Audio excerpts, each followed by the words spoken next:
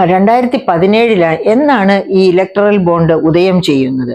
2017 അരുൺ ജെയ്റ്റ്ലി തന്റെ ബജറ്റ് അവതരിപ്പിച്ചുകൊണ്ടിരിക്കുമ്പോഴാണ് ഇഷ്ടം പോലെ, അതായത് പരിമിതികളില്ലാതെ ഇലക്ടറൽ ബോണ്ട് വഴി രാഷ്ട്രീയ പാർട്ടികൾക്ക് താല്പര്യമുള്ളവർക്ക് ഡൊണേറ്റ് ചെയ്യാം, സംഭാവന നടത്താം, അതും അവരുടെ പേര് വെളിപ്പെടുത്താതെ എന്ന ഒരു തീരുമാനം എടുക്കുന്നത് 2016 ബജറ്റിൽ അരുൺ ജെയ്റ്റ്ലിയാണ്. അതിനുശേഷം അത് ഫിനാൻസ് ബില്ല് വഴിയാണ് പാസ്സാക്കുന്നത്. കാരണം ഫിനാൻസ് ബില്ല് വഴിയാണ് എങ്കിൽ, കാരണം അപ്പോൾ തന്നെ അത് അദ്ദേഹത്തിന്റെ അവതരണ ശേഷം സുപ്രീം കോടതിയും റിസർവ് ബാങ്ക് ഓഫ് ഇന്ത്യയും വളരെ വ്യത്യസ്തമായ അഭിപ്രായങ്ങൾ രേഖപ്പെടുത്തുകയുണ്ടായി. അതുകൊണ്ട് തന്നെ ഇത് ഫിനാൻസ് ബില്ലായിട്ട് അവതരിപ്പിച്ചു. കാരണം ഫിനാൻസ് ബില്ലായല്ല എങ്കിൽ ഇത് രാജ്യസഭയിലും പോകണം. അപ്പോൾ രാജ്യസഭയിൽ എതിർപ്പുണ്ടാകും. അങ്ങനെ വരുമ്പോഴേക്കും ഇത് കാരണം ഒന്നാം BJP ഗവൺമെന്റിന് ലോകസഭയിൽ മജോറിറ്റി ഉണ്ടായിരുന്നു, പക്ഷെ രാജ്യസഭയിൽ മജോറിറ്റി ഇല്ലായിരുന്നു. അതുകൊണ്ട് തന്നെ ഇത്തരം ഒരു ബില്ല് സുപ്രീം കോടതിയും റിസർവ് ബാങ്ക് ഓഫ് ഇന്ത്യയും എതിരഭിപ്രായം രേഖപ്പെടുത്തിയ ഒരു ബില്ല് രാജ്യസഭയിൽ ചെന്നാൽ തീർച്ചയായും അത് തള്ളപ്പെടുമെന്നും അത് പാസ്സാക്കിയെടുക്കാൻ പറ്റില്ല എന്ന് മനസ്സിലാക്കിക്കൊണ്ടാണ് മണി ബില്ലായിട്ട് അവതരിപ്പിക്കുകയും അങ്ങനെ അത് പാസ്സാക്കിയെടുക്കുകയും ചെയ്തത്.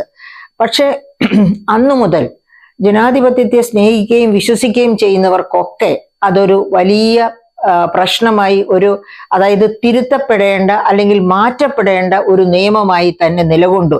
പ്രശാന്ത് ഭൂഷണെ പോലെയുള്ള ഇന്ത്യൻ ഡെമോക്രസിയെ ശക്തിപ്പെടുത്തുകയും അതിനുവേണ്ടി വാദിക്കുകയും ചെയ്യുന്ന ഓൾ ഇന്ത്യ തലത്തിൽ ആദരിക്കപ്പെടുന്ന അഭിഭാഷകരൊക്കെ തന്നെ ഇതിനെതിരായിട്ട് ശബ്ദമുയർത്തിയിരുന്നു പല രീതിയിൽ. പക്ഷെ ഇപ്പോഴാണ് സുപ്രീം കോടതി എന്ന് പറയുമ്പോൾ ഈ വിധി ഒരു പക്ഷേ കഴിഞ്ഞ നവംബറിൽ വരേണ്ടതായിരുന്നു. കഴിഞ്ഞ നവംബറിൽ ഈ വിധി വരാതിരുന്നത് കൊണ്ട് തന്നെ ഇതിന്റെ മഹത്വത്തിന് കുറച്ച് ഗ്ലാനി സംഭവിച്ചു എന്ന് പറയാതെ വയ്യ.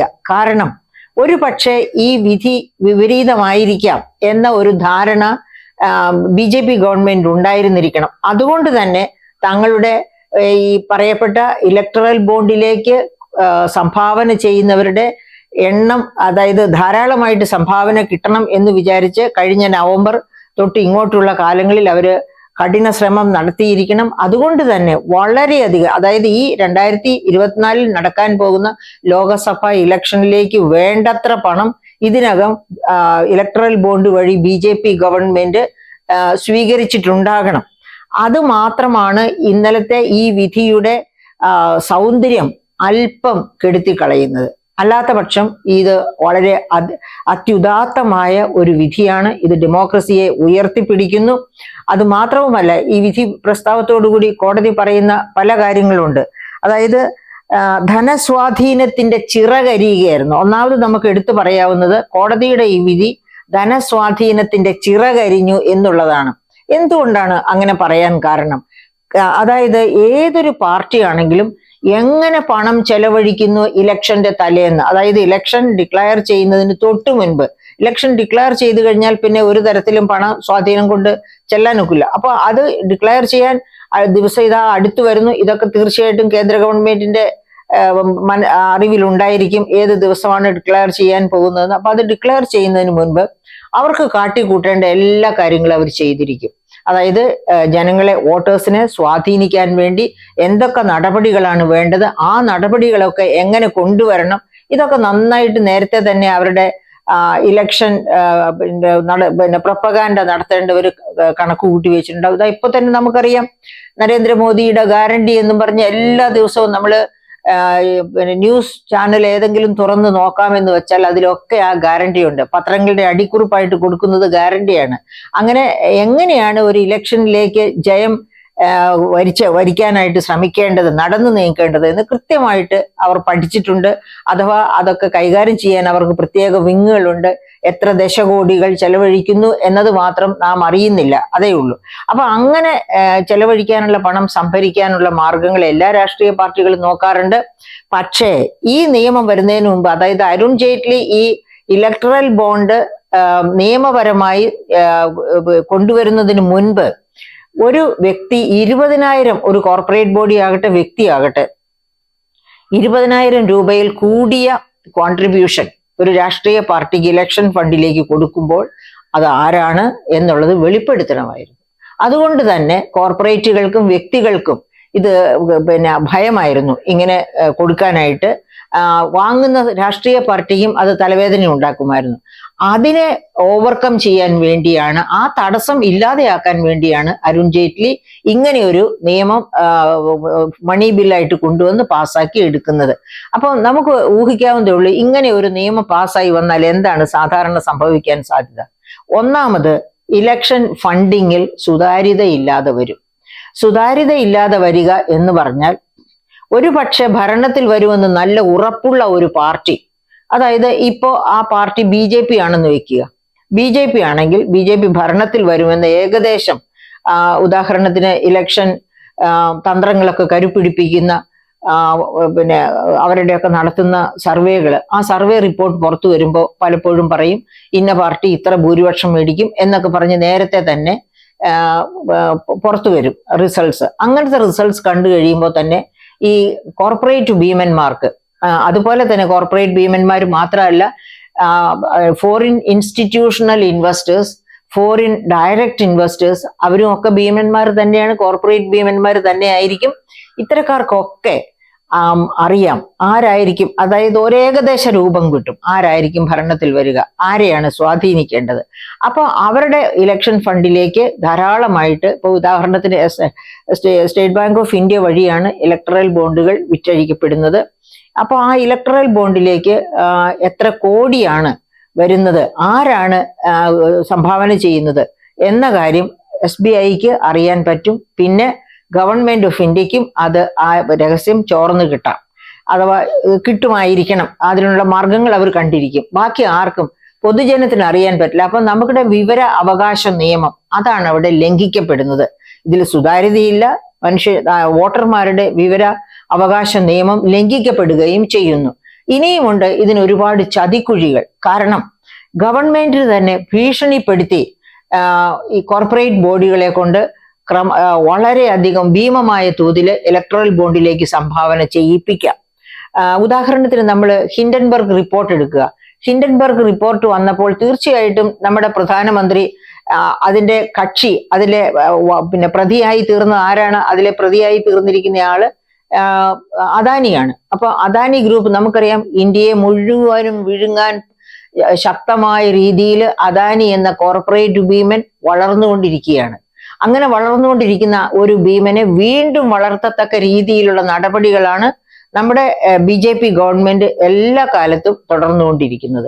അങ്ങനെയുള്ള സാഹചര്യത്തിലാണ് ഒരു ജുഡീഷ്യൽ അന്വേഷണം വേണമെന്ന് പലരും ആവശ്യപ്പെട്ടിട്ടും ജുഡീഷ്യൽ അന്വേഷണം വേണ്ട, securities and exchange board of India മാത്രം അന്വേഷിച്ചാൽ മതി ഇക്കാര്യത്തിൽ എന്ന് വാശി പിടിച്ചത്. അത് തന്നെയല്ല, അതിനനുകൂലമായ രീതിയിൽ കോടതിയും അങ്ങനെ, അതായത് ജുഡീഷ്യൽ അന്വേഷണം വേണമെന്ന് പറഞ്ഞ് കോടതിയിൽ സമർപ്പിച്ച ഫയൽ റിട്ട് തള്ളുകയാണ് ഉണ്ടായത്. സെബി തന്നെ അന്വേഷിക്കട്ടെ എന്ന് പറഞ്ഞു. അപ്പോൾ അതിൽ നമ്മൾ മനസ്സിലാക്കുന്ന എന്താണ്, ഈ ഹിൻഡൻബർഗ് റിപ്പോർട്ട് ഒരു ആഗോള പ്രശസ്തമായ NGO ആണ് അത്തരം ഒരു റിപ്പോർട്ട് ഇട്ടത്. എന്നിട്ട് പോലും ആ റിപ്പോർട്ടിന്റെ നിജസ്ഥിതി ഭാഗികമായി തള്ളപ്പെട്ടേക്കാം എന്ന് വന്നിട്ട് പോലും ഗവൺമെന്റിന്റെ ഭാഗത്ത് തന്നെയാണ് അന്ന് സുപ്രീം കോടതി നിന്നത്. അതുകൊണ്ടാണ് securities and exchange board of India തന്നെ അത് നോക്കട്ടെ എന്ന് പറഞ്ഞത്. പക്ഷെ നമുക്കറിയാം ആ കാരണം കൊണ്ട് തന്നെ ഇലക്ടറൽ ബോണ്ടിലേക്ക് എത്ര ദശകോടികൾ അഥവാ ശതകോടികൾ ഇദ്ദേഹം കോൺട്രിബ്യൂട്ട് ചെയ്തിട്ടുണ്ടാകും. ഇങ്ങനെയാണ് ഓരോ കോർപ്പറേറ്റ് ഭീമന്മാരെ സ്വാധീനിച്ച് ഗവൺമെന്റ് അവരുടെ ആവശ്യമനുസരിച്ച് ഇലക്ടറൽ ബോണ്ടിലേക്ക് പണം സംഭാവനയായിട്ട് സ്വീകരിക്കുന്നത്. അപ്പൊ അവിടെ പ്രീണനം അങ്ങനെയാണ്. ഇനിയും പേടിപ്പെടുത്തിയും വേണമെങ്കിൽ പണം സ്വീകരിക്കാൻ കഴിയും. അതായത് ആക്ഷൻ എടുക്കും, നിങ്ങൾ ഇൻകം ടാക്സ് വെട്ടിക്കുന്നതായിട്ട് അറിയുന്നു, അല്ലെങ്കിൽ നിങ്ങൾ ഉൽപ്പന്നത്തിന്റെ ക്വാളിറ്റി മോശമാക്കുന്നതായിട്ട് അറിയുന്നു. അതും അല്ലെങ്കിൽ അദാനിയുടെ കാര്യത്തിൽ തന്നെ സ്റ്റോക്ക് മാർക്കറ്റിൽ ഷോർട്ട് സെല്ലിംഗ് നടത്തുന്നു എന്നുള്ളതായിരുന്നു ഏറ്റവും വലിയ കുറ്റം. അപ്പം അതൊക്കെ ശരിവെക്കുന്ന തരത്തില് ഏതെങ്കിലും തരത്തിലൊരു ആക്ഷൻ ഞങ്ങൾ എടുക്കും എന്ന് ഗവൺമെന്റ് ഒരു ധ്വനി കൊടുത്താൽ മാത്രം മതി, അദാനി വലിയ തോതിൽ ആ കോർപ്പറേറ്റ് ബോണ്ടിലേക്ക് ഇലക്ടറൽ ബോണ്ടിലേക്ക് കോൺട്രിബ്യൂട്ട് ചെയ്യും. അപ്പൊ ഇങ്ങനെ പല രീതികളില് അദാനി ഇതൊന്നും ചെയ്തില്ലെങ്കിലും അദ്ദേഹവുമായിട്ട് കൈകോർക്കുന്ന ആളായത് നമ്മുടെ പ്രധാനമന്ത്രി എന്ന കാരണം കൊണ്ട് ഇലക്ട്രൽ ബോണ്ടിലേക്ക് കോൺട്രിബ്യൂട്ട് ചെയ്യും. പക്ഷെ ഇതൊന്നും ചെയ്തില്ല. ഇങ്ങനെയുള്ള പല മാർഗങ്ങളിലൂടെയാണ് ഈ കോർപ്പറേറ്റ് ഭീമന്മാരെ കൊണ്ട് ഇതിനകത്തേക്ക് പണം ചെലവഴിപ്പിക്കും. അതുപോലെ തന്നെ സുപ്രീം കോടതി ചൂണ്ടിക്കാണിച്ച വളരെ പ്രധാനപ്പെട്ട ഒരു കാര്യം, അതായത് ഇത് കള്ളനോട്ട്, അതായത് കള്ളപ്പണമായിട്ട് തന്നെ ഇരുന്നുകൊണ്ട് അതിനെ ഇലക്ട്രൽ ബോണ്ടിലേക്ക് നിക്ഷേപിക്കുക, അങ്ങനെ അത് വെള്ളപ്പണമാക്കുക. അപ്പൊ കള്ളപ്പണം വെള്ളപ്പണമാക്കാനുള്ള ഒരു വളരെ പ്രധാനപ്പെട്ട മാർഗമായി ഈ ഇലക്ട്രൽ ബോണ്ടിന് പ്രവർത്തിക്കാൻ കഴിയും എന്നുള്ളതാണ് മറ്റൊരു സൂചന നൽകിയത്. ഇനി നമ്മൾ വേറൊരു കാര്യം കൂടി ഓർക്കണം.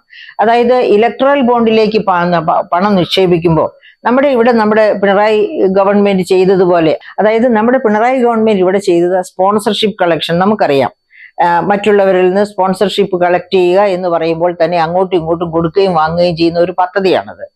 അതുപോലെ തന്നെ കേന്ദ്ര ഗവൺമെന്റ് ഇങ്ങനെ ഇലക്ട്രൽ ബോണ്ടിലേക്ക് സംഭാവന ചെയ്യുന്നവര് നികുതി ഒഴിവാക്കുക, നികുതി കൊടുക്കേണ്ട, അതായത് കോർപ്പറേറ്റ് ഇൻകം ടാക്സ് ആയിട്ട് ഗവൺമെന്റിന്റെ ഖജനാവിലേക്ക് വരേണ്ട പണം ഖജനാവിനെ ഒഴിവാക്കിക്കൊണ്ട് ഗവൺമെന്റിന്റെ, അതായത് പ്രധാനമന്ത്രിയുടെ കരങ്ങളിലേക്ക് അല്ലെങ്കിൽ ഇലക്ഷൻ ഫണ്ടിലേക്ക് ആ ഫണ്ട് എത്തിക്കുക. അപ്പോൾ നികുതി നിഷേധത്തിന് കൂട്ടുനിൽക്കുന്ന ഒരു പ്രക്രിയയായിട്ട് വേണം ഇതിനെ നമുക്ക് കാണാനായിട്ട്. ഇനി വേറൊന്നുണ്ട്, വേറൊരു മുഖവും കൂടി ഇതിനുണ്ട്. എന്താണത്? അതായത് സാധാരണ രീതിയിൽ ഒരു കോർപ്പറേറ്റ് ബോഡി ലാഭം ഉണ്ടാക്കുന്നതിന്റെ 2% കൂടുതൽ കുറയാതെ കോർപ്പറേറ്റ് സോഷ്യൽ റെസ്പോൺസിബിലിറ്റി എന്ന രീതിയിൽ സൊസൈറ്റിക്ക് അഭിവൃദ്ധിക്ക് സഹായകമായ പ്രവർത്തനങ്ങൾ നടത്തണം, അതിനുവേണ്ടി ചെലവഴിക്കണമെന്നുണ്ട്. അത് പല കോർപ്പറേറ്റ്സും സ്കൂൾസ് നടത്തിക്കൊണ്ടോ, കോളേജസ് എഡ്യൂക്കേഷണൽ ഇൻസ്റ്റിറ്റ്യൂഷൻസ് നടത്തിക്കൊണ്ടോ, മെഡിക്കൽ ഇൻസ്റ്റിറ്റ്യൂഷൻസ് നടത്തിക്കൊണ്ടോ നിറവേറ്റാറുണ്ട്. ഉദാഹരണത്തിന് നമ്മൾ ചിറ്റലപ്പള്ളി ഫൗണ്ടേഷൻ നോക്കുക. ആ പാവപ്പെട്ടവർക്ക് വീട് വെച്ചു കൊടുത്താണ് ആ കോർപ്പറേറ്റ് സോഷ്യൽ റെസ്പോൺസിബിലിറ്റി അവർ നടപ്പാക്കുന്നത്. അതുപോലെ തന്നെ നമുക്കറിയാം യൂസഫ് അലി, അദ്ദേഹത്തിന്റെ കോർപ്പറേറ്റ് സോഷ്യൽ റെസ്പോൺസിബിലിറ്റിയുടെ ഫലമായിട്ട് ഒരുപാട് പേർക്ക് ധനസഹായം അത്യാവശ്യ സാഹചര്യങ്ങളിൽ ലഭ്യമാക്കുന്നത് കണ്ടിട്ടുണ്ട്. അപ്പൊ ഇങ്ങനെ കോർപ്പറേറ്റ് സോഷ്യൽ റെസ്പോൺസിബിലിറ്റി എന്ന രീതിയിൽ സമൂഹത്തിലേക്ക് എന്താ പറയുക, അരിച്ചിറങ്ങാവുന്ന ഫണ്ട്, അങ്ങനെ ഉണ്ടാകുന്ന ക്ഷേമ പ്രവർത്തനങ്ങൾ, ആ ക്ഷേമ പ്രവർത്തനങ്ങൾക്ക് പോലും തടയിടും ഇത്തരം ഇലക്ട്രൽ ബോണ്ട്. അതായത് അങ്ങനെ കൊടുക്കുന്നതിന് പകരം ആ ഫണ്ട് ഈ വഴി ചെലവഴിച്ചാൽ മതി എന്ന ഒരു ഗ്രീൻ സിഗ്നൽ ഗവൺമെന്റ് കൊടുക്കുന്നതിന് തുല്യമാണ് ഇത്തരം ഇലക്ട്രൽ ബോണ്ട് സമ്പ്രദായം കൊണ്ടുവരുന്നത്. അപ്പൊ ഇങ്ങനെ പല തരത്തിലും കള്ളപ്പണം വെള്ളപ്പണമാക്കാൻ സഹായിക്കുക, അതുപോലെ തന്നെ മറ്റു തരത്തില് ക്ഷേമ പ്രവർത്തനങ്ങളിലേക്ക് ഒഴുകി എത്താവുന്ന ഫണ്ട് തടസ്സപ്പെടുത്തിക്കൊണ്ട് ഇലക്ഷൻ ഫണ്ടിലേക്ക് വരിക, ഈ തരത്തിലൊക്കെ സമാഹരിക്കുന്ന പണം ഉപയോഗിച്ച് ജനങ്ങളെ സ്വാധീനിക്കുക. അങ്ങനെ ജനങ്ങളെ സ്വാധീനിക്കുന്നു എന്നതിന്റെ തെളിവാണ് ഇന്ന് നമ്മൾ സംസ്ഥാന ഗവൺമെന്റോ കേന്ദ്ര ഗവൺമെന്റോ നടത്തുന്ന പ്രചരണങ്ങൾ കണ്ടാൽ. പ്രചരണങ്ങൾ എന്ന് പറയുന്നതിനേക്കാൾ നന്നായിരിക്കും കുപ്രചരണങ്ങൾ എന്ന് പറഞ്ഞാൽ. അതായത് അവനവന് യാതൊരു സത്യസന്ധതയും പുലർത്താതെയാണ് ഓരോ ഉദാഹരണത്തിനായിട്ട് ഞാൻ 82 കോടി ജനങ്ങൾക്ക് ഭക്ഷണം ഉറപ്പാക്കുന്നു, മോദി ഈസ് ഗ്യാരണ്ടി എന്നാണല്ലോ അതിനകത്ത് പറയുന്നത്. ഒന്ന് ആലോചിച്ച് നോക്കൂ പ്രിയപ്പെട്ട സുഹൃത്തുക്കളെ, ആരാണ് ഈ 82 കോടി ജനങ്ങളുടെ ഭക്ഷണം ധൈര്യമായിട്ട് അത് അവരുടെ ജന്മാവകാശമാക്കിക്കൊണ്ടുള്ള നിയമം പാസാക്കിയത് 2013 UPA ഗവൺമെന്റ് ആണ്. ഫുഡ് സെക്യൂരിറ്റി ആക്ട് ഒരു കോൺസ്റ്റിറ്റ്യൂഷണൽ ആക്ട് ആയിട്ട് അതായത് പാവപ്പെട്ടവരുടെ ജന്മാവകാശമാണ് ഭക്ഷണം. പാവപ്പെട്ടവർ എന്ന് പറഞ്ഞാൽ എത്രയാണ്? 68%. അതാണ് ആ ആക്ടിൽ പറഞ്ഞിരിക്കുന്നത്, 68%. നിങ്ങൾ 142 കോടി 86 ലക്ഷമാണ് ഇന്ത്യയുടെ പോപ്പുലേഷൻ, അതായത് ലോകത്തെ 1ാം പോപ്പുലേഷൻ. 142 കോടി 86 ലക്ഷം. അതിന്റെ 68% എത്രയാണെന്നൊന്ന് വർക്കൗട്ട് ചെയ്ത് നോക്കൂ. അപ്പോൾ നിങ്ങൾക്ക് മനസ്സിലാകും ആ കോൺസ്റ്റിറ്റ്യൂഷണൽ അമെൻമെന്റ് ആക്ട് പ്രകാരം ഇന്ത്യക്ക് അനുഭവഭേദ്യമാക്കിയ ഭക്ഷണമാണ് ഈ 68% ജനത്തിന്, അല്ലെങ്കിൽ 82 കോടി ജനത്തിന് ഇപ്പോൾ കൊടുക്കുമെന്ന് പറയുന്നു. അത് ആരുടെയും ഔദാര്യമല്ല, കോൺസ്റ്റിറ്റ്യൂഷൻ നമുക്ക് പ്രൊവൈഡ് ചെയ്തിരിക്കുന്നു. മാത്രവുമല്ല, എവിടെ നിന്നാണ് ഇതിന്റെ അരിയും ധാന്യങ്ങളും ഒക്കെ സംഭരിക്കുന്നത്? ഇവിടുത്തെ കാർഷിക മേഖലയിൽ നിന്നാണ് ധാന്യങ്ങളും പയറുവർഗ്ഗങ്ങളും എഡിബിൾ ഓയിലും അതുപോലെ തന്നെ പഞ്ചസാരയും സംഭരിക്കുന്നത്. അങ്ങനെ സംഭരിക്കുന്നത് എങ്ങനെ, ഏത് പണം കൊടുത്താണ് അതൊക്കെ സംഭരിക്കുന്നത്? അതൊക്കെ സംഭരിക്കുന്നത് നികുതി പണം കൊടുത്താണ്. ഭിക്ഷക്കാരൻ തൊട്ട് മുകേഷ് അംബാനി മുതല് അദാനി, ഇന്ത്യയിലെ ഒന്നാമത്തെ ധനികനാണ് അദാനി, അദാനി വരെയുള്ളവർ കൊടുക്കുന്ന നികുതി പണം കൊടുത്തിട്ടാണ് ഈ പറയപ്പെട്ട അരിയും ധാന്യങ്ങളും ഒക്കെ സംഭരിച്ച് സാധാരണക്കാരന് കൊടുക്കുന്നത്. അപ്പോൾ പിന്നെ മോദിയുടെ ഗ്യാരണ്ടി എന്ന് പറയുന്നത് എന്ത് അപഹാസ്യമായ കാര്യമാണ് എന്നൊന്ന് ആലോചിച്ചു നോക്കൂ. ഇതുപോലെ മുഖം മിനുക്കാൻ ധാർമ്മികതയുടെ ഒരു പൊടിയെങ്കിലും ഉള്ളവരാരെങ്കിലും തയ്യാറാകുമോ? ഇത് തന്നെയാണ് നമ്മൾ കേരളത്തിലേക്ക് വന്നാൽ ഇവിടെയും കാണുന്നത്. കിറ്റും കമ്മ്യൂണിറ്റി കിച്ചണും നടത്തിയാണ് പിണറായി വിജയൻ രണ്ടാം ഭരണം ഏറ്റെടുത്തത്. എവിടെ നിന്നാണ് കിറ്റിനും കമ്മ്യൂണിറ്റി കിച്ചനും ഉള്ള റിസോഴ്സസ്, അതായത് അരിയും ധാന്യങ്ങളും പയറുവർഗ്ഗങ്ങളും ഒക്കെ ഉണ്ടായത്? ഈ ഭക്ഷ്യസുരക്ഷാ ആക്ട് പ്രകാരം സംസ്ഥാനത്തേക്ക് കോവിഡ് കാലത്തും അതിനുശേഷവും ഫ്രീ ആയിട്ട് ലഭിച്ച ഭക്ഷ്യധാന്യങ്ങളും പയറുവർഗ്ഗങ്ങളും ഒക്കെ ഉപയോഗിച്ചാണ് കിറ്റും കമ്മ്യൂണിറ്റി കിച്ചനും ഒക്കെ ഇവിടെ നടത്തിയത്. അതിന്റെ ബലത്തിലാണ് രണ്ടാം പിണറായി സർക്കാർ ഭരണത്തിൽ വന്നത്. എന്നിട്ടോ വലിയ പ്രഖ്യാപനങ്ങളാണ് ഞങ്ങളുടെ ഭരണം കൊണ്ട്. അതായത് കഴിഞ്ഞ ബജറ്റ് എടുത്തു നോക്കിയാൽ അറിയാം. നിർമ്മല സീതാരാമന്റെ ബജറ്റിന്റെ ആദ്യ ഭാഗത്ത് പറയണേ, ഈ 10 വർഷം കൊണ്ടാണ് ഇന്ത്യ ആയത്. ഈ 10 വർഷത്തിന് മുൻപ് ഇന്ത്യ ഒന്നും ആയിരുന്നില്ല. അങ്ങനെ എത്ര ഒരു മര്യാദയുടെ ഒരു കണിക പോലും ഇല്ലാതെയാണ്. ഞാൻ വളരെ ആദരിച്ചിരുന്ന ഒരു വനിതയായിരുന്നു നിർമ്മല സീതാരാമൻ. ആ ആദരവ് മുഴുവനും നഷ്ടപ്പെട്ടത് അവരുടെ ആ ബജറ്റിന്റെ ഇൻട്രൊഡക്ഷൻ കേട്ടതോടെയാണ്. അപ്പൊ ആ തരത്തില് തരം താഴ്ത്തി കാണുക കഴിഞ്ഞ കാലത്തിന്റെ, ഇവരെ ഓർക്കണം. ഇവർക്ക് ശേഷം വരുന്ന, അതായത് ഇവര് വാജ്പേയി ഗവൺമെന്റ്, BJPയുടെ തന്നെ വാജ്പേയി ഗവൺമെന്റിനെ പോലും തള്ളി പറഞ്ഞ ഗവൺമെന്റ് ആണ്. അപ്പൊ തള്ളി പറഞ്ഞില്ല, ഒന്നും പറഞ്ഞില്ല. ആ ഗവൺമെന്റും ഷൈനിങ് ഇന്ത്യ എന്നൊക്കെ പറഞ്ഞ അവസാനം ഭരണത്തിൽ വന്നത്, തുടർന്ന് ഭരണത്തിൽ വന്നത് UPA ആയിരുന്നു എന്ന് മാത്രമേ ഉള്ളൂ. അപ്പൊ അങ്ങനെ ഞാൻ പറഞ്ഞു വരുന്നത്, ഈ ഇലക്ട്രൽ ബോണ്ട് ഇവരെ ശാക്തീകരിക്കുന്നു. എങ്ങനെ? ധനശാക്തീകരണം. ഈ ധനശാക്തീകരണത്തിന്റെ ഫലമാണ് നമ്മൾ ഈ കാണുന്ന മോദിയുടെ ഗ്യാരണ്ടി. എത്ര ഗ്യാരണ്ടിയാണെന്നറിയോ മോദി അങ്ങനെ നടത്തിക്കൊണ്ടിരിക്കുന്നത്?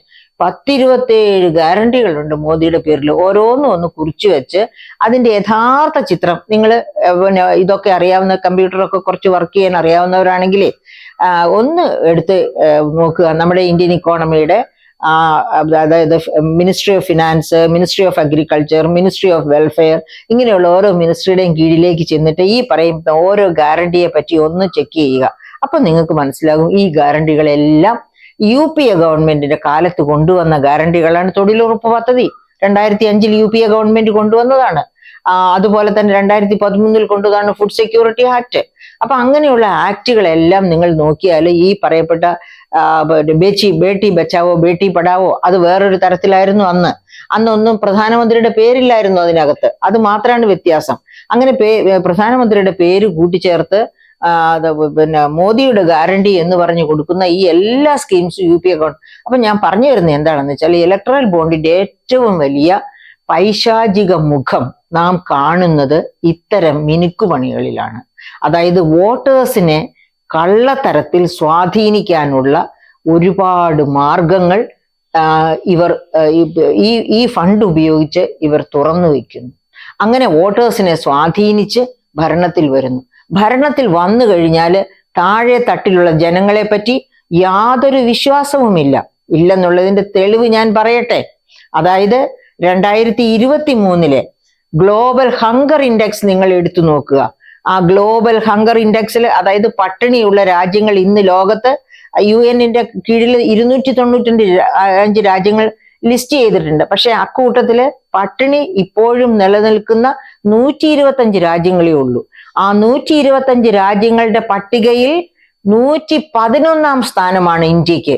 എന്നിട്ടാണ് മോദി ഗ്യാരണ്ടി 25 കോടി പേരെ ദാരിദ്ര്യത്തിൽ നിന്ന് കരകയറ്റി എന്ന് പറഞ്ഞൊരു മോദി ഗ്യാരണ്ടി നിങ്ങൾ കാണാറില്ലേ? ആ ഇന്ത്യയാണ് പട്ടിണിയുടെ ഗ്ലോബൽ ഇൻഡെക്സിൽ 111ാം സ്ഥാനം 125 രാജ്യങ്ങളിൽ. എന്ന് വെച്ചാല് നമുക്ക് താഴെ നമ്മളെക്കാൾ കൂടുതൽ പട്ടിണിയുള്ള ഏതെങ്കിലും ആഫ്രിക്കയിലെ കൊച്ചു കൊച്ചു രാജ്യങ്ങളും ഒക്കെയും കൂടി ചേർന്ന് വളരെ കുറച്ച്, അതായത് ഒരു 14 രാജ്യങ്ങളെ നമ്മളെക്കാൾ കൂടുതൽ പട്ടിണി ഉള്ളതുള്ളൂ. എന്നിട്ട് നമ്മുടെ നരേന്ദ്രമോദി എന്തു പറഞ്ഞു? ഈ ഗ്ലോബൽ ഹങ്കർ ഇൻഡെക്സ് പുറത്തു വന്നപ്പോൾ അത് കള്ളക്കണക്കാണ്, അതിന്റെ മെത്തഡോളജി തെറ്റാണ് എന്നാണ് പറഞ്ഞത്. അംഗീകരിക്കാൻ തയ്യാറായില്ല. അപ്പോ പട്ടിണി അകറ്റാനുള്ള ശ്രമങ്ങൾ നടത്താതെ പട്ടിണി ഇല്ലാതാക്കി എന്ന് പറയുക, പുരപ്പുറത്ത് ഘോഷിക്കുക, എന്നിട്ട് അതായത് ഈ 1945 UN വന്ന കാലം മുതലുള്ളതാണ് ഗ്ലോബൽ ഹങ്കർ ഇൻഡെക്സ്. ആ ഹങ്കർ ഇൻഡെക്സിന്റെ മെത്തഡോളജി തെറ്റാണെന്നും പറഞ്ഞ് നാണം കെട്ട രീതിയിൽ അത് തള്ളി പറയുക. അപ്പൊ ഇന്ത്യയിലെ ഈ ഹങ്കർ, ഈ 111 സ്ഥാനത്ത് നിൽക്കുന്ന ഹങ്കർ UPA കാലത്ത് എത്രയായിരുന്നു? 42 സ്ഥാനത്തായിരുന്നു. ആഗോള ഹങ്കർ ഇൻഡെക്സിൽ 42 സ്ഥാനത്തായിരുന്നു. അതും നല്ലതെന്ന് ഞാൻ പറയുന്നില്ല. എന്റെ ആഗ്രഹം, അല്ലെങ്കിൽ നമ്മുടെ എല്ലാവരുടെയും ആഗ്രഹം, ഇന്ത്യ ഹങ്കർ ഇല്ലാത്ത രാഷ്ട്രമാകണം എന്നാണ്.